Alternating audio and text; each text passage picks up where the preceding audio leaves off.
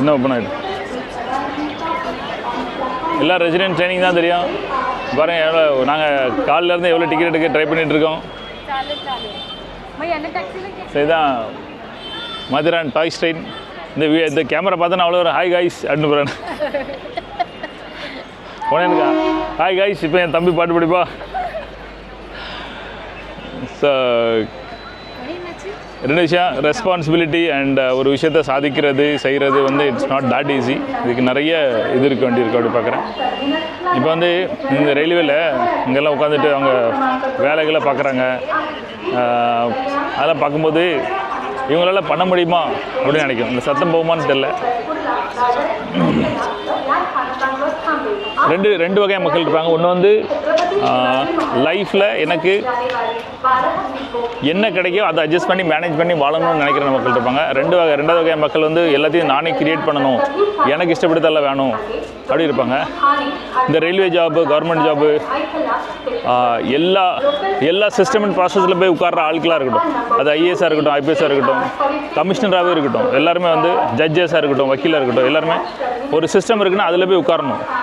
அங்கே வந்து என்ன இருக்கோ அதை அப்படியே அவங்க ஃபாலோ பண்ணணும், அதான் தெரியும். ஆனால் இங்கே வந்து நான் என்ன சொல்கிறேன் அப்படின்னா, சிலவங்க வந்து இருப்பாங்க எல்லாம் நானே தான் கிரியேட் பண்ணுவேன், நான் வந்து அவன் சொல்லி இவன் சொல்லலாம் பார்க்க மாட்டேன் அப்படின்னு ஒருத்தங்க இருப்பாங்க.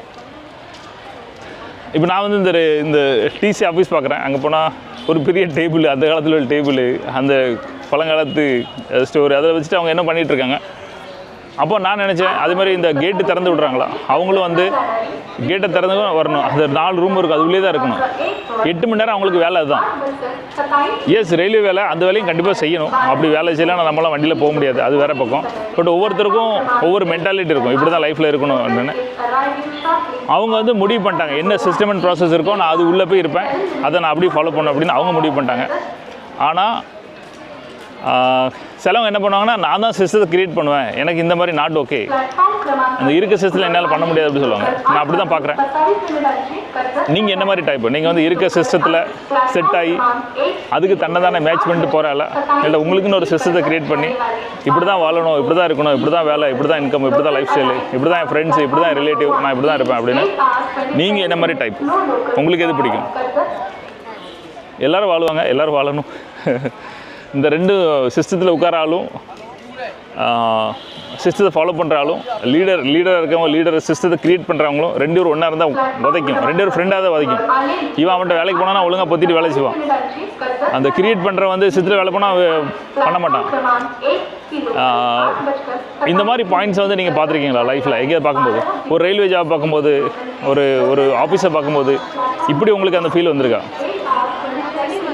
அதான் பேசிகிட்டு இருந்தேன். ஒருத்தரும்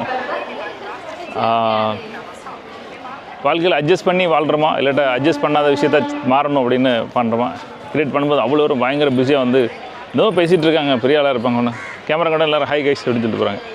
நீங்கள் என்ன மாதிரி சிஸ்டம் க்ரியேட் பண்ணுவீங்க? That's very important. இருக்கிறத அட்ஜஸ்ட் பண்ணிட்டு போவீங்களா, இல்லாட்டா அதை மாற்றணும்னு நினைப்பீங்களா?